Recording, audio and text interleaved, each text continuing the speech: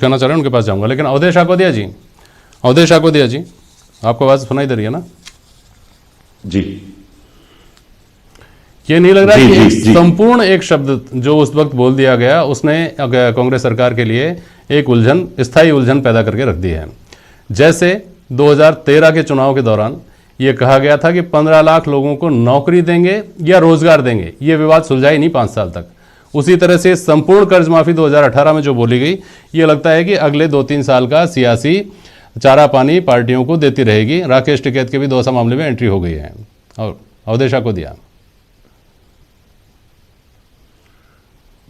बिल्कुल जेपी जी, देखिए जो कांग्रेस ने अपने चुनावी घोषणा पत्र, राजनीतिक दल हैं उन्हें अपने घोषणा पत्र बनाते समय उसमें एक छोटा सा स्टार लगा देना चाहिए, नीचे लिख देना चाहिए नियम और शर्तें लागू। या तो इस तरह की प्रैक्टिस करनी चाहिए। आप जब घोषणा पत्र बनाते हैं तो आपके सामने ये बात क्यों नहीं आती है कि इन घोषणाओं को पूरा कैसे किया जाएगा, कहां से इनके लिए पैसा आएगा, क्या प्रक्रिया रहेगी। आपको सिर्फ दिखाई देता है उस समय वोट, किस तरह से ज्यादा संख्या में आपको वोट मिले। अब क्योंकि आपने आपका सबसे बड़े जो वादे थे 2018 के चुनाव में, उनमें से एक कर्ज माफी था और राहुल गांधी ने बकायदा उसकी मियाद बताई थी 10 दिन की। तो उस मियाद में संपूर्ण कर्ज माफी 10 दिन में छोड़िए आप, अभी तक नहीं हुई है पूरी। तो सवाल आप पर उठेंगे, लेकिन इन सवालों से क्या किसानों का भला होने वाला है? क्या सवाल इस बात पर नहीं उठने चाहिए? सवाल भारतीय जनता पार्टी की तरफ भी उठते हैं। केंद्र सरकार ने वादा किया था, उसकी मियाद भी तय की थी कि किसानों की आय दोगुनी हो जाएगी। क्या वो आय दोगुनी हो गई है? क्या इधर संपूर्ण कर्ज माफी हो गई है? कुल मिला के किसान जो फंसा हुआ है, बिल्कुल एक दुष्चक्र में फंसा हुआ है। और जो दौसा की घटना है, वो तो इस तरह का व्यवहार तो साहूकार लोग भी नहीं करते हैं अपनी कर्ज वसूली के लिए, जिस तरह का व्यवहार उस किसान के साथ किया गया है।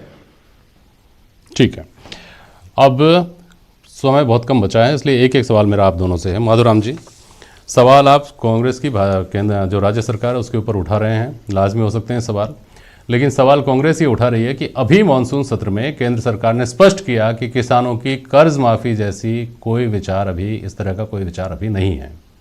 माधुराम जी, नहीं, बीजेपी ने तो कभी भी ये कहा ही नहीं। अभी बुराराम जी कह रहे थे कि मोदी जी ने कहा, कोई मैनिफेस्टो में नहीं था कि कर्ज माफी किया जाएगा, ये राज्य सरकारों का विषय है। उन्होंने कहा राज्य सरकारें करें अपने, तो राज्य सरकार ने जैसे यूपी के अंदर किया, तो यूपी में जो मैनिफेस्टो में था किया, बाकी तो ये बतावे कि कहां पे मोदी जी ने कहा था कि भाई हम माफ कर देंगे। इन्होंने तो अपनी पहली लाइन ही ये लिखी थी कि 2 लाख रुपए तक संपूर्ण कर्ज माफी होगी। इसलिए वो संपूर्ण शब्द को पकड़ लिया जाए और जो 14,000-15,000 करोड़ जो माफ किए हैं उसको न लैंड वॉइड।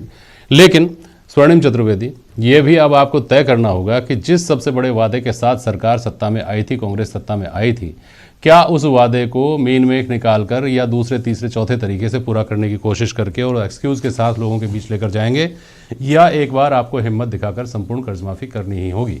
देखिए, हम तो संपूर्ण कर्ज माफी के लिए कृत संकल्प है हमारा। हम तो केवल सहयोग चाह रहे हैं केंद्र सरकार से, सहयोगी तो चाह रहे हैं। और क्या फर्ज नहीं बनता? राजस्थान की जनता देश की जनता नहीं है? अरे सुनिए, आपके बात हो गई, क्या राजस्थान की जनता जो है वो देश से अलग है? क्या मोदी जी जो प्रधानमंत्री हैं उनका क्षेत्राधिकार राजस्थान पे नहीं है? कि राजस्थान की जनता ये आशा नहीं कर सकती कि आप सहयोग करें? सहयोगी तो करना है, आर्थिक सहयोग नहीं करना, केवल सहयोग करना है। पैसा तो राजस्थान सरकार चुकाएगी, लेकिन इतना सा सहयोग कर दें कि हमारा सेटलमेंट करा दे राष्ट्रीयकृत बैंकों से। यही तो मुख्यमंत्री जी ने मांग की है। इसमें कहां दिक्कत है? अगर इसमें भी अगर दिक्कत है तो निश्चित रूप से ये किसान विरोधी सरकार है। भाजपा की मानसिकता किसान विरोधी है। ठीक है मित्र, समय हो गया, ठीक है। शुक्रिया आप सभी का आज प्राइम डिबेट में शामिल होने के लिए।